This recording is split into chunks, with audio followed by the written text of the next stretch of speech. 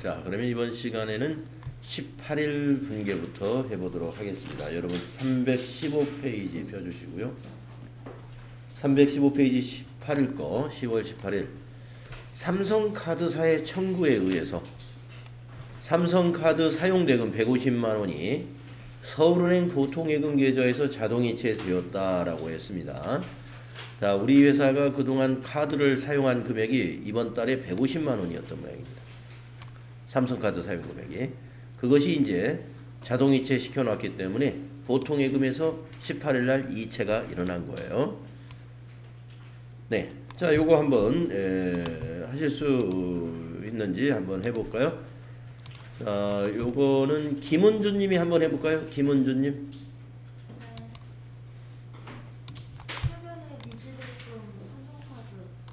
네, 18일 날 차변의 미지급금 삼성카드 거래처 쓰시고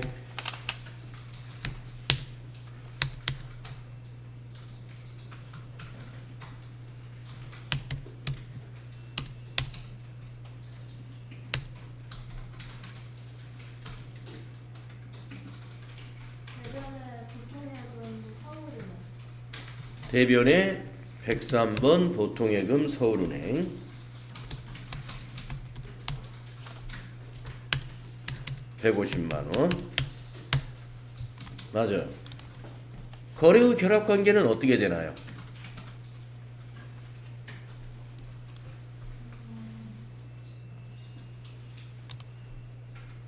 부채 감소, 예. 자산 감소. 그렇죠. 차변의 부채 감소 그리고 대변의 자산 감소. 우리가 부채를 이행을 하려면은 자산의 감소나 수익이 발생해야만이 부채를 우리가 갚을 수가 있죠. 그래서 차변에서 부채 감소했고 대변에서 자산 감소가 일어난 것입니다.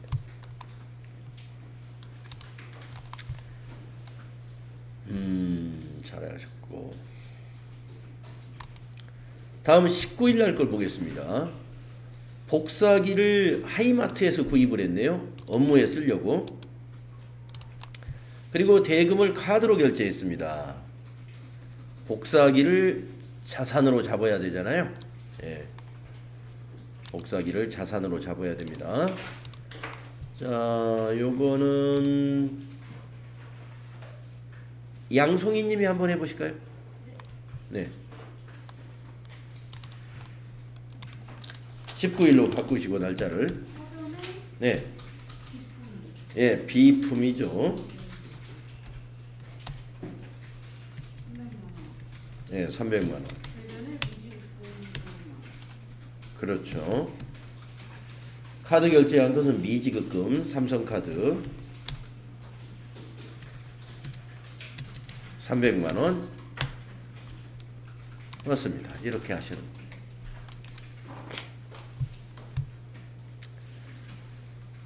거래의 결합관계도 한번 말씀해 볼까요? 자산 증가, 네. 부채 증가. 그렇습니다. 자산이 증가했는데 그걸 빚이 됐으니까 부채도 증가합니다. 자산 증가, 부채 증가.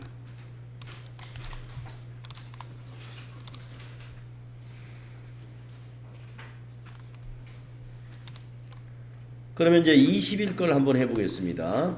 상품 운송을 위해서 중고 트럭을 샀어요. 그런데 오늘은 취득세를 현금으로 납부하는 겁니다. 취득세를 현금으로 납부했습니다. 10월 20일로 날짜 바꾸시고, 예. 이거는 유소영님이 한번 해보실까요? 네. 차변의 차량 운반고. 네. 10월 20일 날 차변의 차량 운반국 잘하셨어요. 대변의 현금. 35만 원. 대변의 현금 101번 35만 원. 출금으로 하셔도 상관없고요. 네, 차변 대변 이렇게 하셔도 상관없습니다. 여기서 중요한 것은 취득세는 세금과 공과금이 아니라는 거죠. 취득세는 자산의 취득과 관련 취득세잖아요. 그래서 자산의 취득 원가에 포함을 시킵니다. 그래서 트럭은 차량 운반구니까 차량 운반구의 취득 원가로 본다. 그게 중요합니다. 자, 거래 후 결합 관계도 한번 얘기해 보시죠. 사면의 자산 증가, 대변의 자산 감소.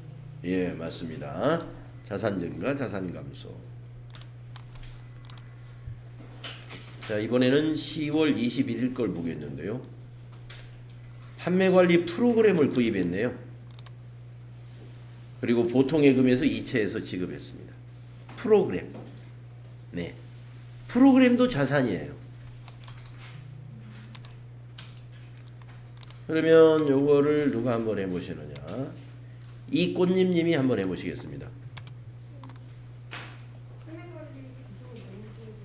아, 프로그램을 우리는 무형자산인데요. 소프트웨어.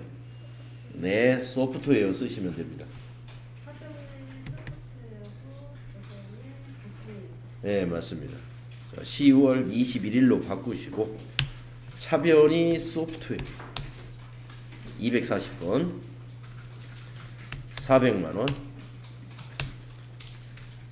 대변이 103번 보통예금 서울은행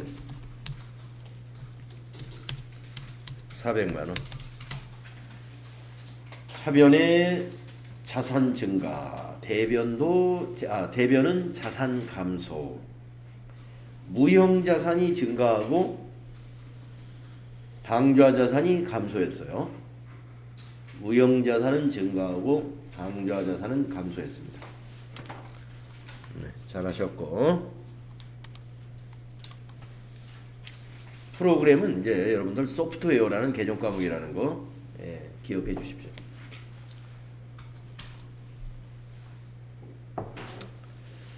그 다음에 10월 22일 매장 건물을 신축하기 위해서 토지를 취득했습니다.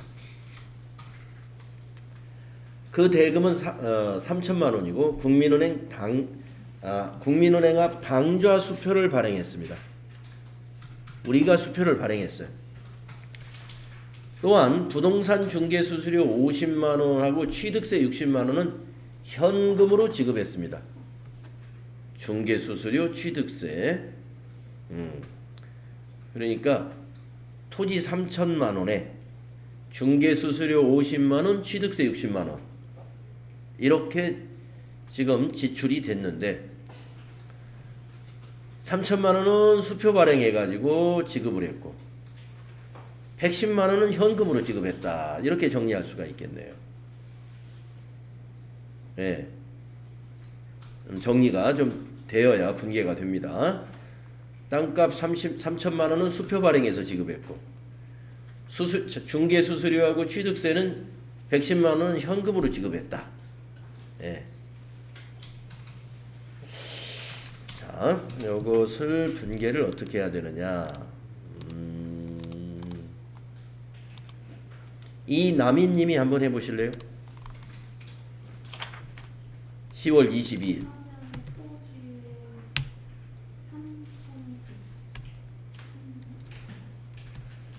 차변의 토지 자산 증가 얼마요? 3천. 그렇죠. 3,110만 원입니다. 31100 플러스. 자, 대변이 두 가지로 나누어지죠.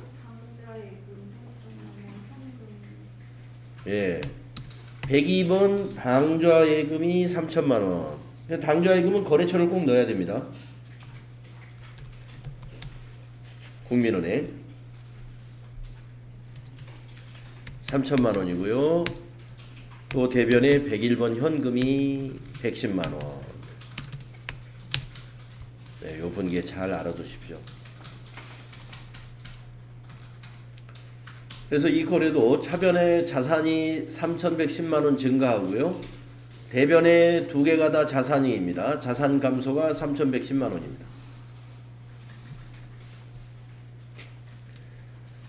여러분 그 당좌 수표 있잖아요. 당좌 수표를 우리가 발행하면은 개정 과목이 당좌예금. 우리가 발행하면 타인이 발행한 수표는 현금이에요. 개정 과목이. 예. 여러분 당좌 수표에서 여러분 혼동이 올 수가 있어요. 근데 혼동하시면 안 돼. 우리 회사가 발행했으면 개정 과목 무조건 당좌예금이에요. 왜냐? 우리 회사가 발행한 것은 우리 회사 통장에서 인출이 됩니다. 그래서 당좌예금에서 인출이 되기 때문에 당좌예금으로 감소를 시키는 거고, 타인이 발행한 수표는 현금으로 보는 거예요. 현금. 그것만 구분 잘 하시면 돼요. 그리고 토지를 취득할 때 중개수수료, 취득세, 무슨 자문료 뭐 이런 것이 있으면 모두 취득과 관련된 비용으로 봐서 취득원가에 포함을 시켜야 되기 때문에 전부 토지에다 더하면 돼요. 취득원가에 포함한다. 이거 알아두십시오. 그 다음에 23일 또 보겠습니다. 나약상사. 회사 이름이 좀 안 좋죠. 파산으로 외상매출금 200만 원이 회수불능하게 되었습니다. 못 받게 되었다는 것이죠. 그래서 대손 처리하기로 했습니다. 그런데 대손 처리 시점에 대손 충당금을 알아야 되죠.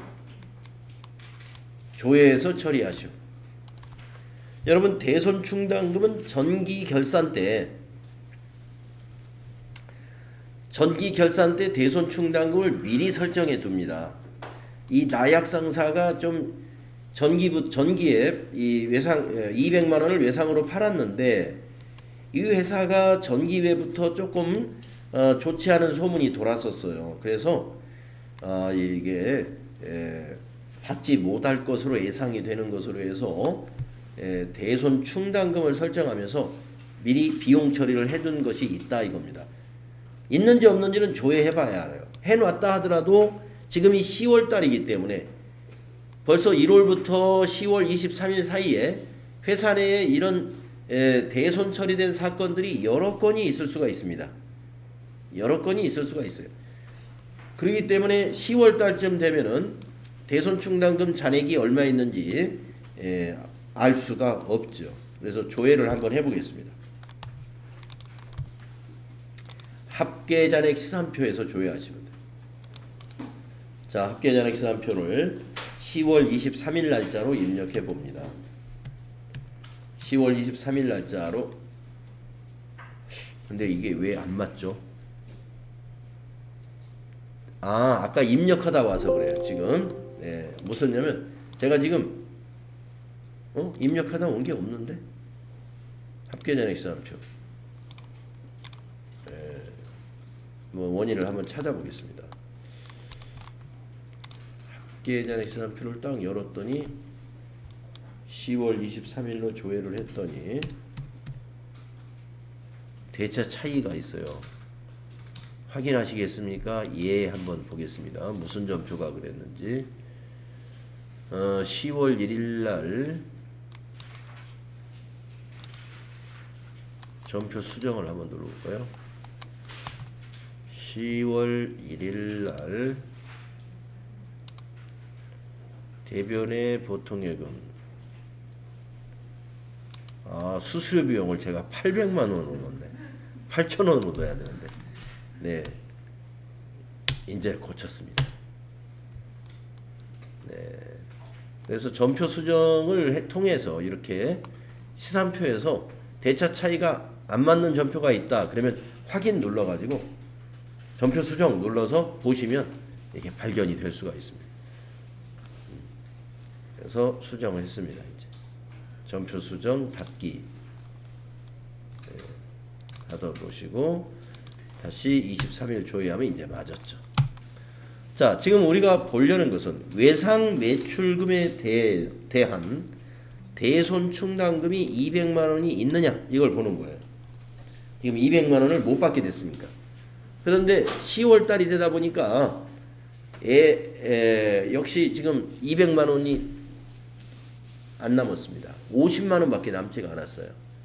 그러면 우리가 전기에 비용 처리를 했지만 지금 대손 충당금으로 남아 있는 건 50만 원밖에 없으니까 차변에 대손 충당금 50만 원 감소시키고 모자라는 150만 원은 다시 비용으로 처리해야 됩니다. 다시 비용으로. 그 비용이 대손 상각비예요. 대손 처리 시 대손 충당금을 조회하시고 대손 충당금에서 상계를 해야 되면은 다 상계하면 되고요. 지금처럼 150이 모자라면 모자라는 것은 대손 상각비로 비용 처리한다. 요거 기억하셔야 되겠어요. 자, 그러면은 네. 요게 뭐냐?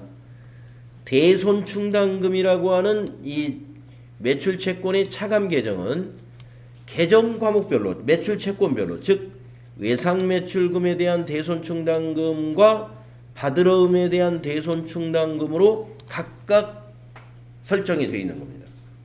그래서 받으러움 밑에 있는 5만 원은 받으러움에 대한 대손 충당금이기 때문에 외상 매출금에서 상계할 수는 없어요. 네. 그래서 우리는 지금 현재 이게 나약상사의 외상 매출 건이기 때문에 이 50만 원만 사용을 해야 됩니다. 자, 그래서 이렇게 입력을 합니다.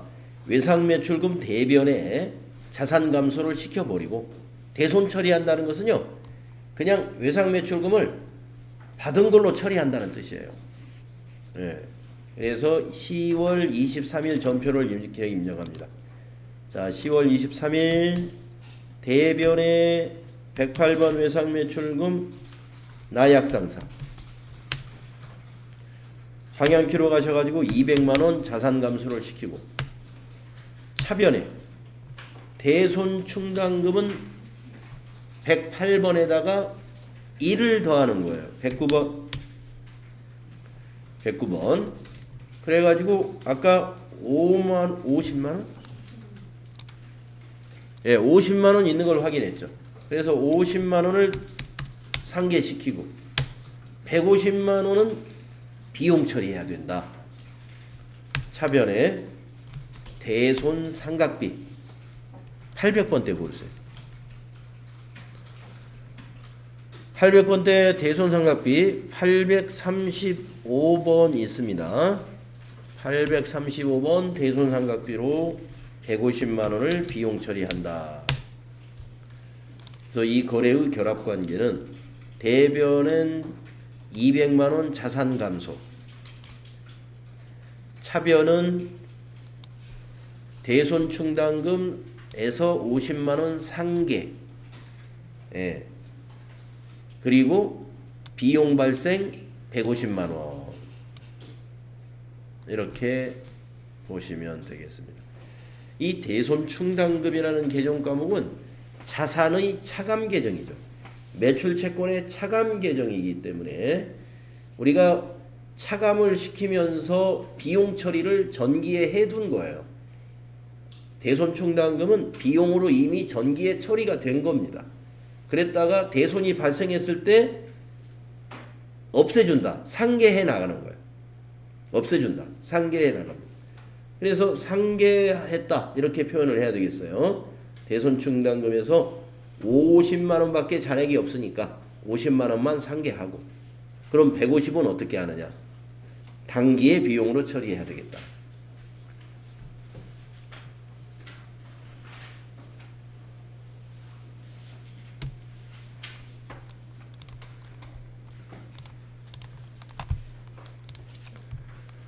자, 그러면 다음 페이지로 넘어가서 24일 걸 볼까요? 1월 2일 날 부실 상사에 대여했던 단기 대여금 500만 원이 부실 상사 파산으로 회수불능으로 확인이었답니다. 이것 또한 단기 대여금에 대한 대손 충당금이 있는가를 먼저 확인해야 됩니다. 그런데 있으면 대손충당금으로 처리하면 돼요. 상계하면. 근데 만약에 없거나 부족하면 조금 전에 외상매출금처럼 모자라는 거에 대해서 대손상각비 처리가 맞느냐? 틀립니다. 여러분, 대손상각비는 판매관리비입니다. 외상매출금을 대손 처리할 때는 외상매출금이라는 것은 상품을 판매하고서 발생한 채권이죠. 거기에 대한 비용은 판매관리비가 맞아요.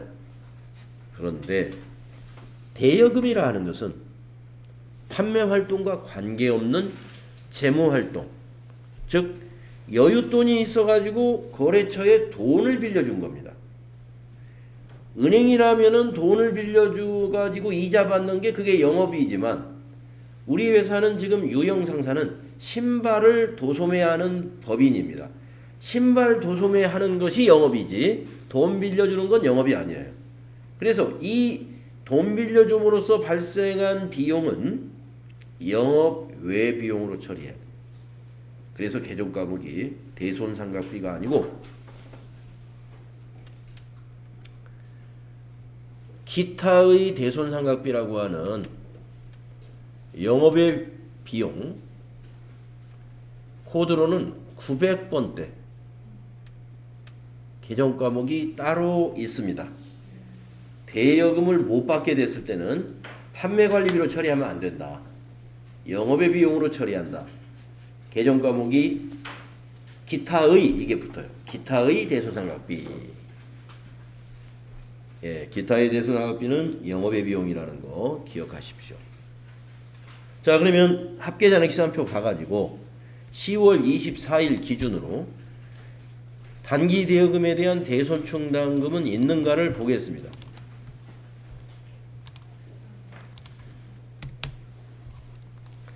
단기 대여금 밑에 있어야 돼요.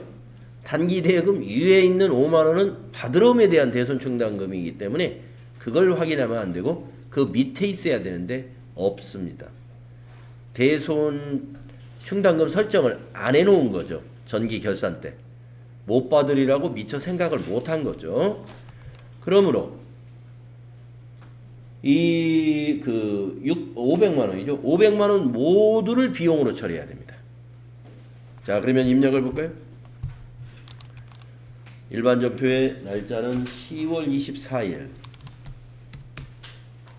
차변의 기타의 대손상각비 934죠. 영업의 비용입니다. 500만 원. 비용 발생하고요. 대변인 단기 대여금 114번이죠. 단기 대여금. 거래처 꼭 넣어야 됩니다. 부실상사 500만 원 되겠습니다.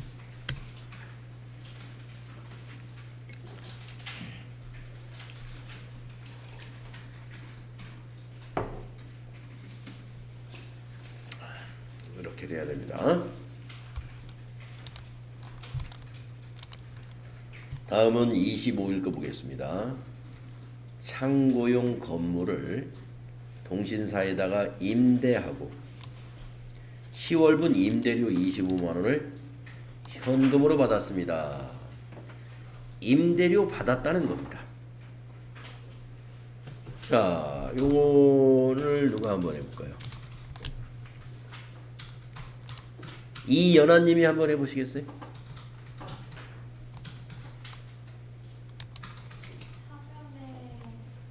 날짜가 가만 있으면 날짜 25일로 먼저들 다 바꾸시고, 네, 차변에 101번 현금 25만 원.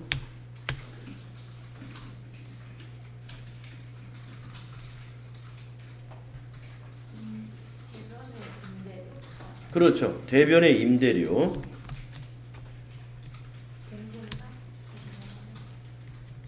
25만 원. 네, 차변의 현금, 대변의 임대료, 입금 전표로 한 줄로 써도 되고요. 차변, 대변 이렇게 두 줄로 해도 됩니다. 여기서 임대료의 거래처를 꼭 동신사로 넣어야 되느냐? 넣어도 됩니다만은 안 넣어도 틀리진 않아요. 왜냐? 임대료는 수익이기 때문에 수익에 대해서 거래처를 코드로 반드시 넣어야 될 이유는 없습니다. 예. 일반 업무에서는 넣어주겠죠. 어디에서 임대료 받았는지 넣어주겠지만 시험 채점에서는 수익과 비용은 거래처를 채점하지 않아요. 그래서 그냥 임대료 해주셔도 됩니다. 그래서 거래 후 결합관계는 차변의 자산 증가, 대변에는 수익 발생. 900번대 수익이니까 영업의 수익이구나. 임대료는 영업 외 수익이다. 왜 영업의 수익이 맞나요? 유형상사는 신발 도소매 업입니다. 그러니까 남는 사무실이 있어가지고 임대를 주었다는 것은 그거는 영업 외적인 수익 활동이에요. 그래서 영업의 수익 904번으로 잡는 게 맞죠. 근데 만약에 유형상사가 신발 도소매와 임대 사업을 겸업하고 있는 기업이다 라고 했을 때는 904번 임대료를 쓰면 안 됩니다.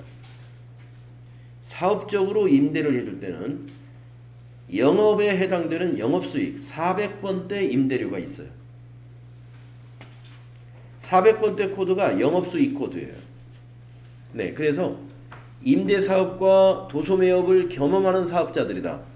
그러면서 임대료가 들어오는 거. 이것은 사업적인 영업수익입니다. 영업수익. 그렇기 때문에 그때는 400번대 임대료. 지금 우리는 여러분 그 유형상사 처음 시작할 때 회사 소개서를 봤어요. 회사 소개에 보면 임대사업을 한다는 일이 없었어요.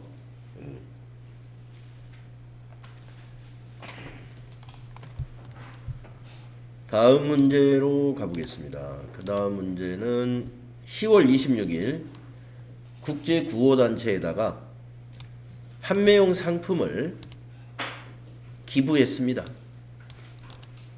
기부금이죠. 자, 기부금은 이게 이제 드디어 뭐가 나왔습니까? 타개정 대책. 우리가 그 실무수행 유의사항에서 타개정 대체 거래는 적요를 코드로 넣어야 된다. 그거를 제가 강조해서 설명을 드렸습니다. 그게 왜 적요를 하필이면 그거는 꼭 넣어야 되느냐? 그건 넣지 않으면 전표 뭐 단순한 보기 힘든다는 그런 문제가 아니고 손익계산서가 틀리게 돼요. 그 점을 여러분들이 알고 계시죠? 그래서 이거는 반드시 적요번호를 넣어야 됩니다. 적요번호를 넣어야 되고 또 하나 그러면 이걸 기부금 처리할 때 시가로 기부금을 처리해야 맞느냐 원가로 기부금을 처리해야 맞느냐 요것도 판단을 해야 돼요. 원가로 처리하는 것입니다. 기부금 즉 타개정 대체 거래는 원가로 분개한다. 원가로 분개한다. 꼭 기억하십시오. 타개정 대체 거래는 원가로 분개한다. 일반 전표에 넣을 때는 이렇게 합니다. 일반 전표에 넣을 때는. 그런데 여러분 요거 상품을 말이죠. 이제 실제로 기부했을 때는요 일반 전표에 넣으면 안 돼요. 지금 우리 연습 문제는 지금 일반 전표 연습 문제입니다. 왜 일반 전표에 넣으면 안 되냐면 상품 기부했잖아요. 저 상품을 매입할 때 매입세 공제 받았죠. 받았다고 봐야 됩니다. 예, 상품은 매입세 공제를 받는 거니까. 그런데 이걸 판매해가지고 그 우리 회사 부가가치에 대한 부가세를 내야 되는데 판매하지 않고 기부해버렸다. 그러면 국세청 입장, 과세관청 입장에서는 매입세 공제를 해준 상품이 판매가 일어나지 않고 타개정으로 사용돼 버리면 세수가 매출세액이 발생하지 않으면 세금이 안 들어오죠. 그래서 저것은 세금 신고해야 됩니다. 얼마를 해야 되느냐? 13만 원 세금을 내야 돼요. 매출세액으로 신고해야 돼요. 자, 그러면 13만 원이라는 세금은 무엇 기준으로 판단했어요? 시가로 부가가치세를 납부합니다. 그러니까 부가가치세 신고할 때 과세 표준은 시가.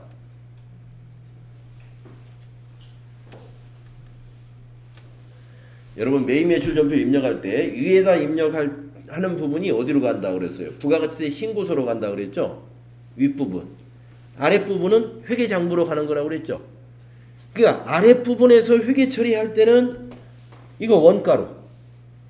근데 위에다가 부가세 신고서에 반영할 때는 공급가액에다가 과세표준 130만 원을 넣어야 돼요.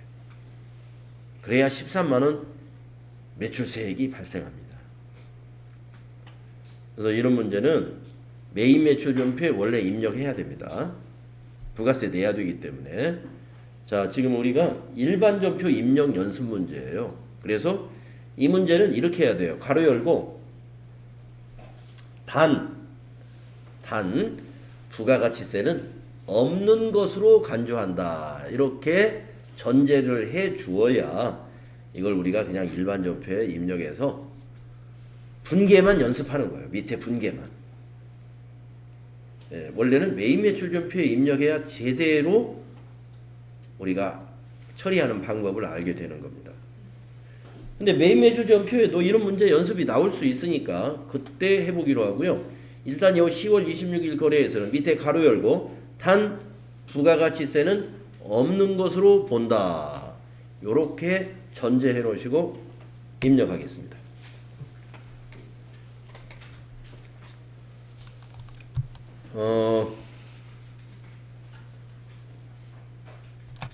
자, 그러면 이제 분계를 할 수 있겠죠?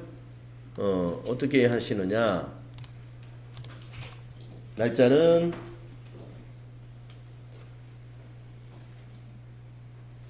(26일로) 바꾸시고 차변의 기부금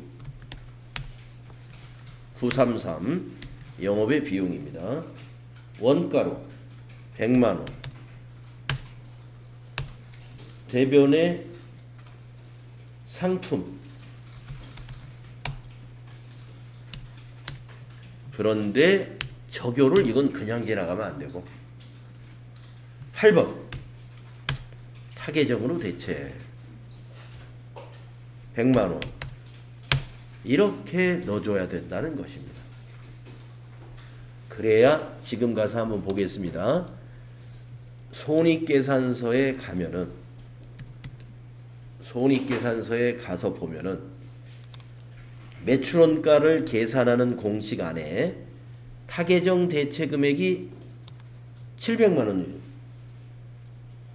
왜 700이지? 예, 여러분도 700이나요?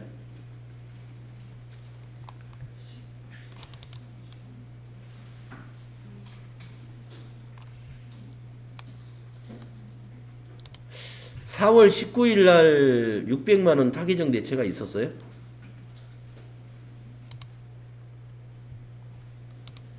아, 제가 이거 연습으로 넣었군요. 제가 4월 19일 날 여러분 수업하면서 노인회관에 상품을 기증했다 하면서 이걸 연습으로 넣은 거를 안 지웠네요. 이거 삭제하겠습니다. 삭제. 전표 수정 눌러서 이렇게 삭제하십니다. 삭제했고요. 자, 이제 손익계산서를 다시 조회하면 100만 원. 지금 처음 나왔습니다. 요게. 그래서 타계정 대체액 100만 원이 여기 매출원가에 반영이 됐다는 것은 100만 원을 매출원가에서 빼준다는 것입니다. 매출원가가 아니다. 왜냐하면 재고에서 빼주면 재고에는 이제 상품이 없어졌으니까 판매된 걸로 본단 말이에요. 판매된 게 아니라 다른 계정으로 갔다. 이거 알려주는 거예요. 그 매출원가에서 빼주고 대신에 저 밑으로 쭉 내려가면 영업의 비용에 기부금에 100만 원이 영업의 비용으로 들어가 있어요. 이렇게 되어야 맞는 것이다. 그래서 이런 거래가 가끔 문제가 나옵니다. 그때 여러분은 타계정 대체 요거 꼭 잘 걸어 주셔야 된다. 자, 메인 매출 전표 이 얘기가 나왔기 때문에 아예 제가 메인 매출 전표에 입력하는 요령을 보여드리겠습니다. 입력했다 지우면 지울 거니까요. 자, 보여드리겠습니다. 메인 매출 전표에 입력을 원래는 해야 되고요. 자, 요 날짜가 같은 날짜로 한번 해볼게요. 10월 26일. 유형은 뭐냐? 자, 우리가 국제구호단체에다가 상품을 기부하면서 세금계산서를 발행할까요? 기부할 때 세금계산서 발행하는 사람 없습니다. 증빙 없이 그냥 주는 거예요. 그래서 증빙이 없는 메인 매출 거래는 14번 건별로 입력해요. 14번 건별. 근데 여러분 FAT 1급에서는 14번 건별 매출을 출제 범위에 안 들어가 있죠. 그러니까 FAT 1급에는 절대 이 문제가 안 나오겠네요. TAT 2급에 나오겠습니다. 14번 건별이라는 유형이 증빙 없이 부가세 신고만 반영하는 겁니다. 그래서 여기 품명에다가 뭐라고 하냐면 신발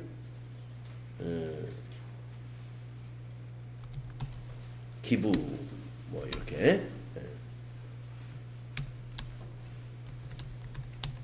국제 구호단체 뭐 이런 식으로 이제 적어주고 공급가액을 넣는데 여기를 원가로 넣으면 안 돼요.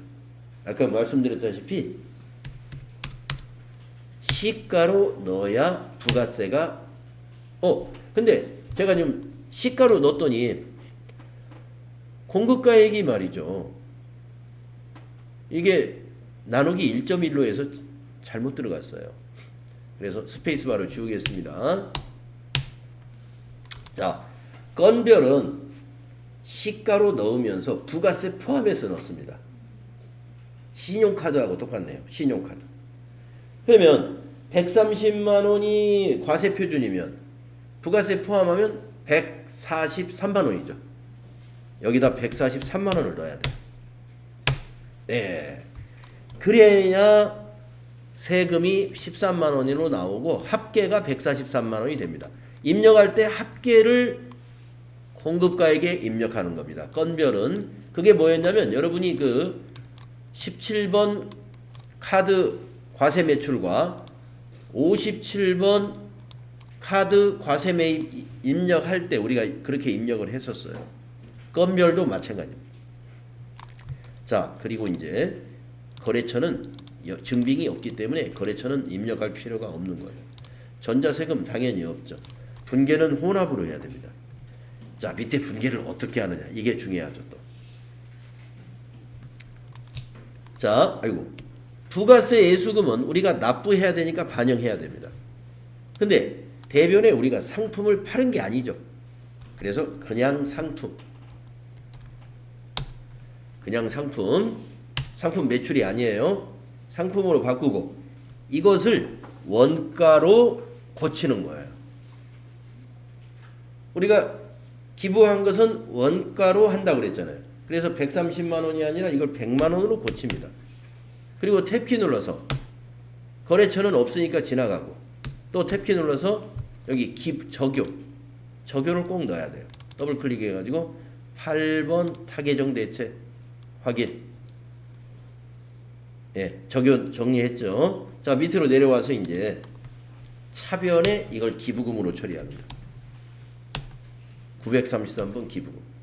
자, 아까 우리가 일반 전표에 넣을 때는 기부금 100만 원만 처리했죠.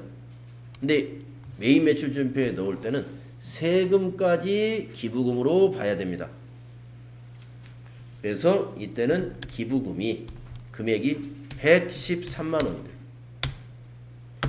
저 부가세 예수금은 기부 때문에 발생했어요. 기부하느라고 세금까지 우리가 내야 됩니다. 그래서 기부금은 세금 포함해서 비용 인정을 받아요. 세금 포함해서. 이렇게 입력하는 겁니다. 실제 업무에서는 여러분들 이렇게 처리하는 거예요. 이 부가세 안 내면은 안 돼요. 부가세 내야 되거든요.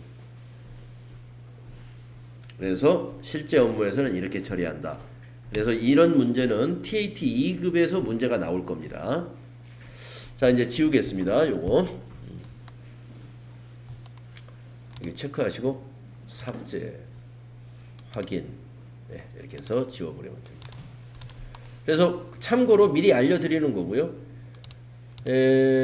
우리가 지금 이 문제에서는 우리 FAT 1급 단계이기 때문에 부가세 없는 것으로 간주하고 그냥 일반 전표에서 한번 간단히 해봤어요. 실무에서는 이렇게 할 일은 여러분들 없습니다. 상품을 기부했으면 부가세 내야 된다는 걸 꼭 알아두세요. 타겟형 대체거래 부가세 다 내야 됩니다. 왜냐하면 매입세 공제 받은 건들이거든요. 매입세 공제 받은 것은 어떻게든지 매출세액을 발생시켜줘야 돼요. 자, 다음 문제로 가보겠습니다. 5분만 쉬었다 할까요? 네, 또 잠깐 쉴 시간이 있습니다. 5분만 쉬었다 하겠습니다.